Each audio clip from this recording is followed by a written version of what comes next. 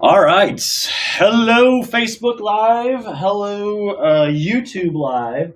And hello, Instagram, folks. I'm trying to figure out my chair here because I'm way too high, and these guys are a little bit shorter than me because my chair is done. Here we go. I'm coming down. Whoa, look at that. Oh, that was awesome. It was a very cool entrance. Hey, I'm Pastor John, and we're glad that you are with us. I'm going to turn on the chat here so you can say hi to us, and we can see that as well. But I'm here with some special guests today as we do some encouragement and prayer time as we are all fasting and praying on this 40-day challenge. So we've got Logan, worship connoisseur extraordinaire, guru. That would be kind of cool. You look very guru-ish today. Worship leader here at Faith Columbia.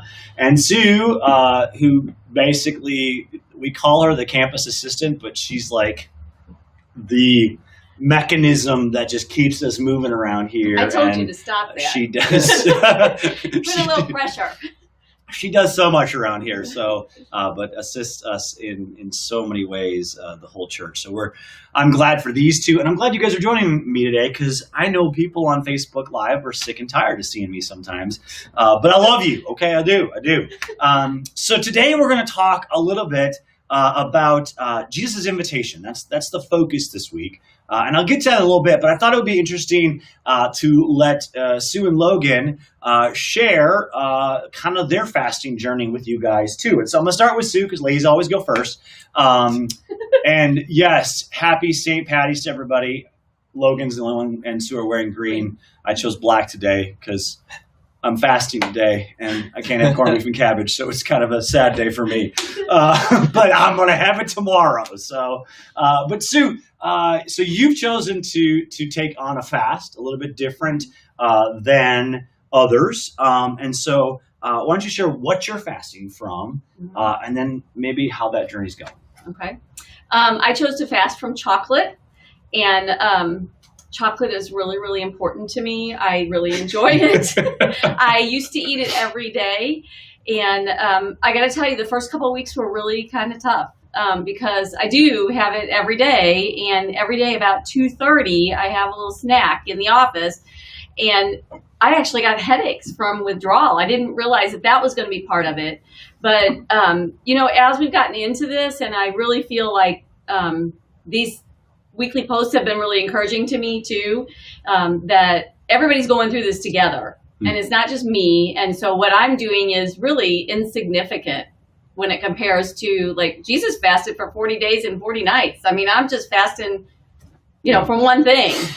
So it was tough in the beginning, but it really has gotten easier. The more I realize that this is teaching me things like discipline and commitment and knowing that if I really want some chocolate, I don't have to have it because I committed to this fast, not only to Jesus, but to my accountability partners and to, now that Pastor John has made it public within the congregation, people are asking me about it, but it's been a good thing. It's been a good thing. You're together. We're doing this together, Sue. We are doing it together. So, which means that we can laugh together and cry together, which, I think your journey, yes, it was made public, but that was because we talked about it prior to it. Yeah. But I think it's awesome that, it's no laughing matter when you're in the thralls of, like, I really want chocolate, but craving. Yet, it also has enabled you to see there's other, I know there are other people out there who are doing the same fast you are, and it's built this little bit of a community of, like, we're the anti-chocolaters for 40 days.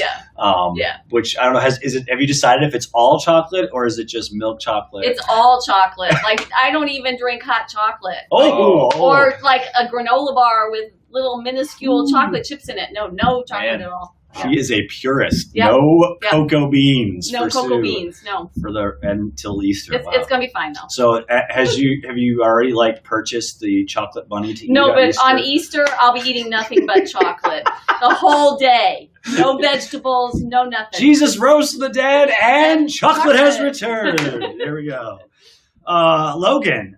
So share a little bit about what you're fasting from. So I am fasting.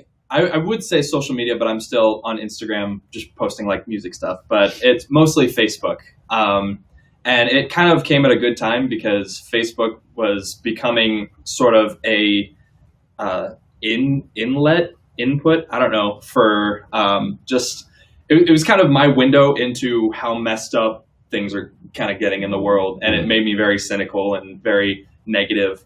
And so it came like it all kind of lined up to where it's like suddenly it was almost like a direct call from Jesus to be like, hey, put this down. Like, you don't need this. I've got this. You don't need to. So that's it's kind of one of those things where I think after the 40 days are up, I still might not, get back on Facebook because I might check in with friends and stuff. But yeah, it's been really good. I have no idea what's going on out there, and that's probably fine. So you're not missing anything. No. Yeah. Have you had a support net? Like, I know Sue's got her chocolatiers or anti-chocolatiers. I know, you're married. You got family members. You got folks here at church. You got your circle of friends. Have you found some togetherness in that, or at least some support on your journey? I've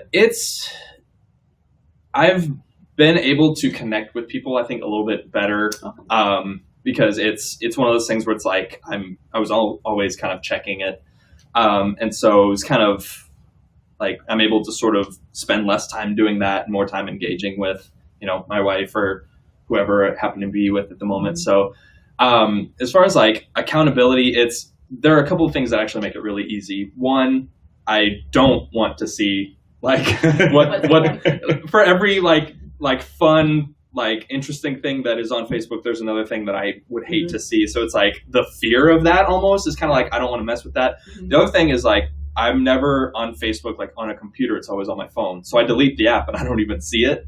So it's kind of, it's pretty simple, I think. I got to shout out to this guy here because this is a very unique fast in one way. Logan is in charge of Facebook and social media for our church, for our campus. And so I got to give kudos to you because that's like, I'm fasting from sugar, but I'm going to go work in the candy aisle or something like that, so I think that's a really, I've watched you as you've done some of the social media, and I'm sure there's a temptation to just be like, click over to my profile and just peek in. So that's a tough thing to do, but kudos to you for sticking through with it. And we'll talk about that a little bit about the invitation, because in what Jesus is inviting you into, as you talk about coming out of it, and as you talk about coming out of it too, and I think that's something that really hit me this week is coming out of this.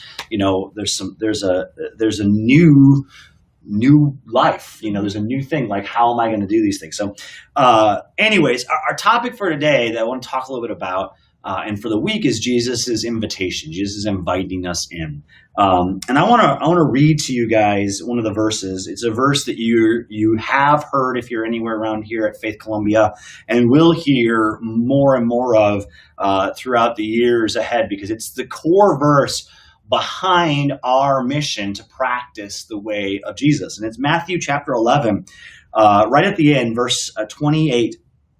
Jesus is speaking here, and he says, "Come to me."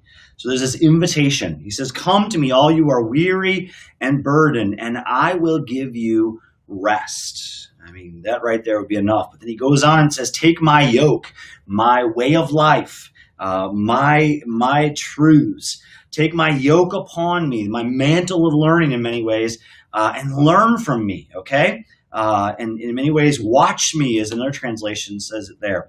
I love this. He says, it is one of the only place in the Bibles where Jesus talks about his character. He says, "I am gentle and humble in heart, and you will find rest for your souls.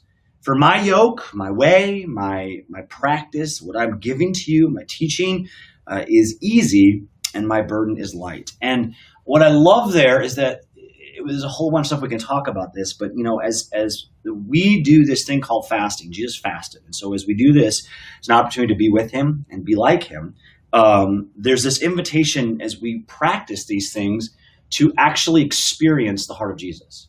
And he says, my heart, I'm gentle, I'm humble and light, and my yoke is easy and my burden is light. And so there's, on the other side of this, there's a almost a removing of some of the things that weigh us down and hold us down. And so what I want to ask you guys today is, as we think about Jesus' invitation, what have you heard, or what have you experienced, or what are you starting to see as the invitation? What is Jesus inviting you, or how maybe have you seen his just gentleness, his humility, or his humbleness of heart, or how have you experienced that rest, the invitation to rest, or how have you experienced maybe what life looks like on the other side? So what has Jesus really invited you into experiencing as you've done this? Logan, you can go first. So, Okay. Because you look like you have something on your mind. Well, yeah. I mean, it's pretty clear for mine, I think, because it's sort of and I've struggled with it a little bit, because on one hand, it's like, if I've thought of it as like, well, am I just sort of burying my head in the sand? Like, are there things that I need to know that I'm hiding from? But then it's like, when I ask myself that, what I guess the Spirit sort of leads me to is like, it doesn't really matter, because Jesus is already kind of over it, and has sort of overcome that and conquered that. And it's like, to some, that may still seem like an excuse. It's like, you're not, fighting for your beliefs, you're not whatever, but like, there's only so much that I can do, and there's things that I could worry about that are so high above my ability, that it's just for Jesus to basically say, like, I've got that, you just step away from it, because like this is my thing. Yeah. So that's been really good. I think I've just generally been a lot more at peace.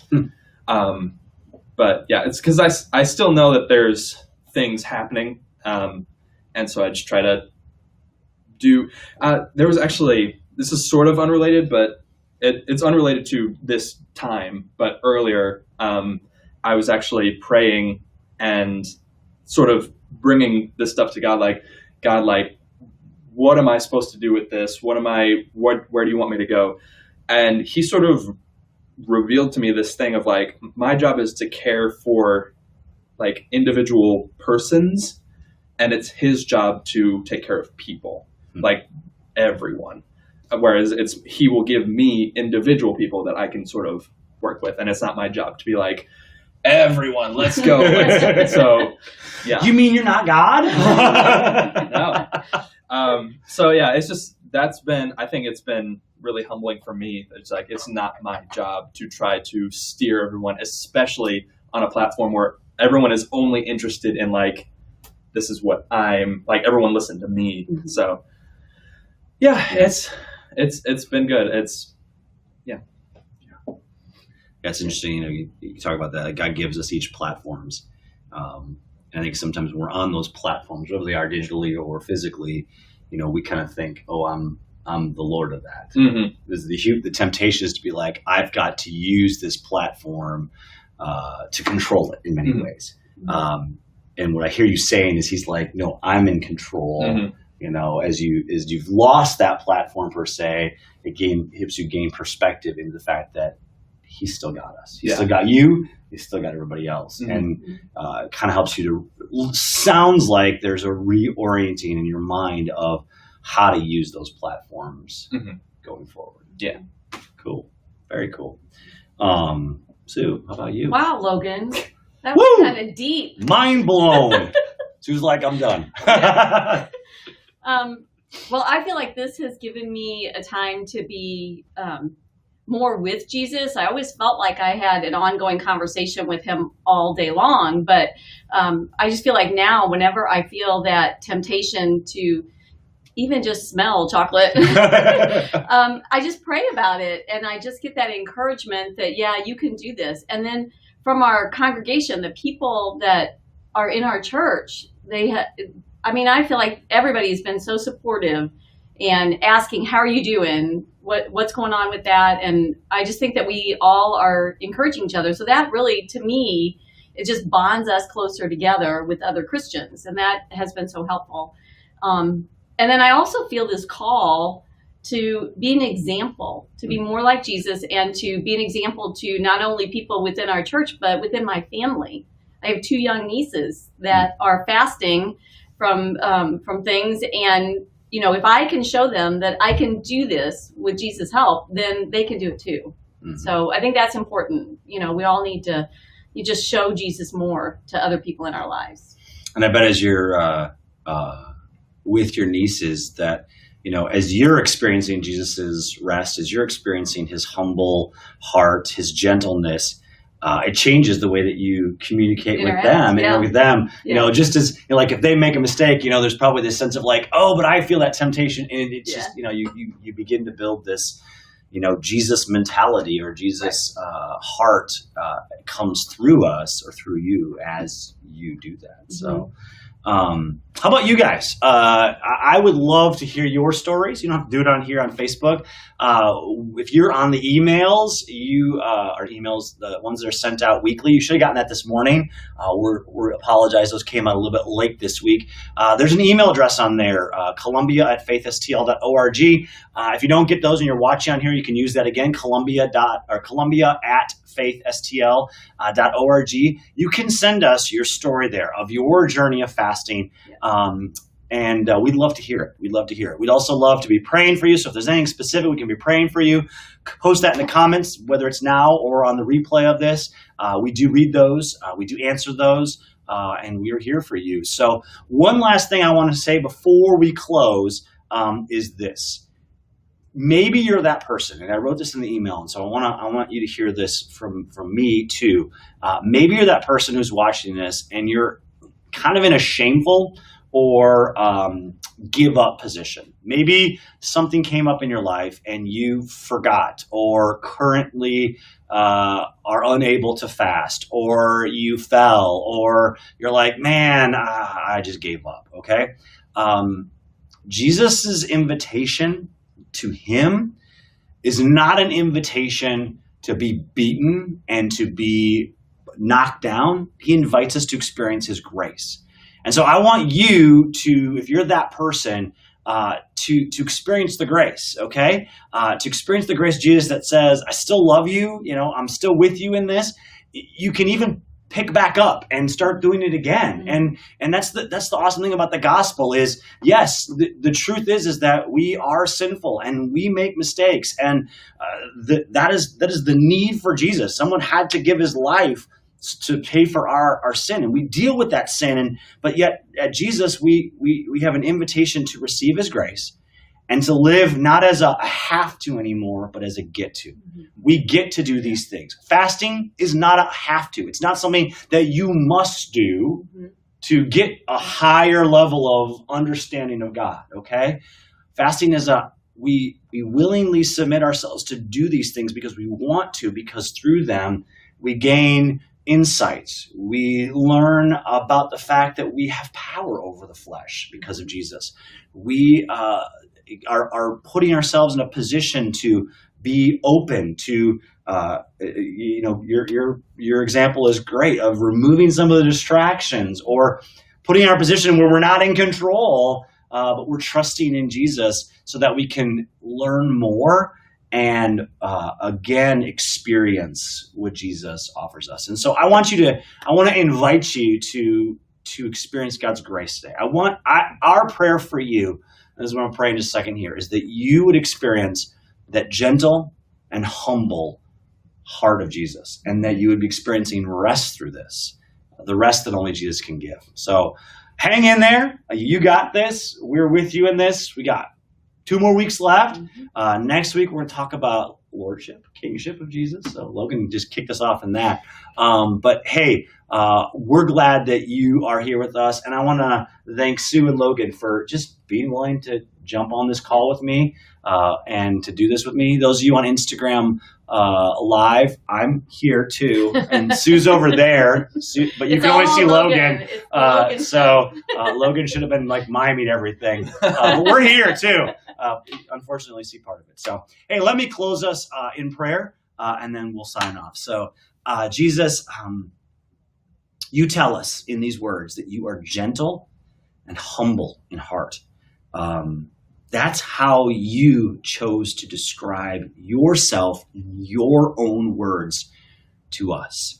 I pray, Lord, that as we hear those words, as we go through this journey, as we've taken on a practice that you have shown us is something that you did, and through it we get to be with you and be like you, that we would experience, that we would hear, that we would our hearts would be filled with the gentleness of Jesus, and with the humbleness of his heart, a heart that in many ways sacrificed everything so that we could experience who we are in Jesus, so that we could receive forgiveness, so that we could be part of your family, so that we would have true purpose in life, and so that we would have life forever.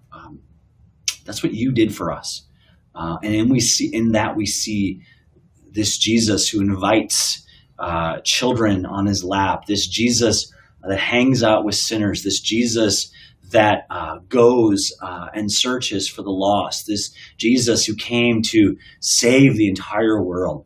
Thank you for being that for us, Jesus. I pray that as we fast this week, as we pray this week, our hearts will be turned to that invitation that you have for us to come and be with you, come to you with our burdened and worried and messed up and broken lives. Come to me, all you are weary and burdened, and that we would experience rest, Jesus. God, I also pray for those who maybe have given up or have stopped, or those who have thought, hey, I already quit, so I can't start again. I pray that the invitation of grace would just pour over them, and that they would continue to find ways, whether it's starting to fast again or something else, to just truly spend time with you, to give up something that's clouding their lives, or becoming a God and focus on their true God, Lord. And so I pray that you would just sustain us this week as we are invited by you to be with you and to be like you, and that you would just lead us forward into this week ahead. We pray this in Jesus' name. Amen. Amen. Thank you guys for being here with us. Have an awesome week. We'll be back next week. Some of us, maybe me, I don't know. Who knows will be here. We'll be back next week, 10 o'clock, Wednesday morning. Join us. By the way, this is our awesome office. Come and visit us anytime here on site, Tuesday through Thursday. See you guys.